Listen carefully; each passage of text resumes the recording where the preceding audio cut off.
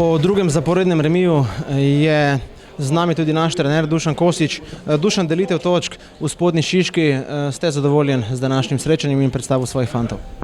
S prvim polčasom sem razočaran, ker enostavno smo bili premehki, nismo našli odgovora na njihovo agresivno igro in enostavno je bila naša podoba zelo slaba. V drugem polčasu nekaj boljše, uspeli smo priti do vodstva, kasneje pa smo praktično iz našega avta dobili spet, dovolili tranzicijo, dost neodgovorno in kasneje bi šla tekma lahko eno ali drugo smer.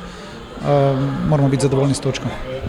Dušan, čudno srečanje, domačini so povedli po našem slabem prvem polčasu, v drugem smo se pobrali v razmaku 4 minut, izenačili, pa povedli, bili na pragu zmage, na koncu prejeli zadetek, po 2-2 bi lahko zavilo in v eno in v drugo smer. Občutek imam, da kljub temu, da nismo zadovoljni, vendarle moramo biti zadovoljni z novo točko.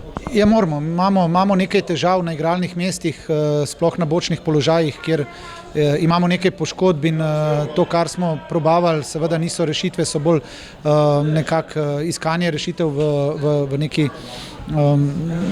Tako da ni bilo vse slabo, ni pa to tista podoba, ki si jo želimo,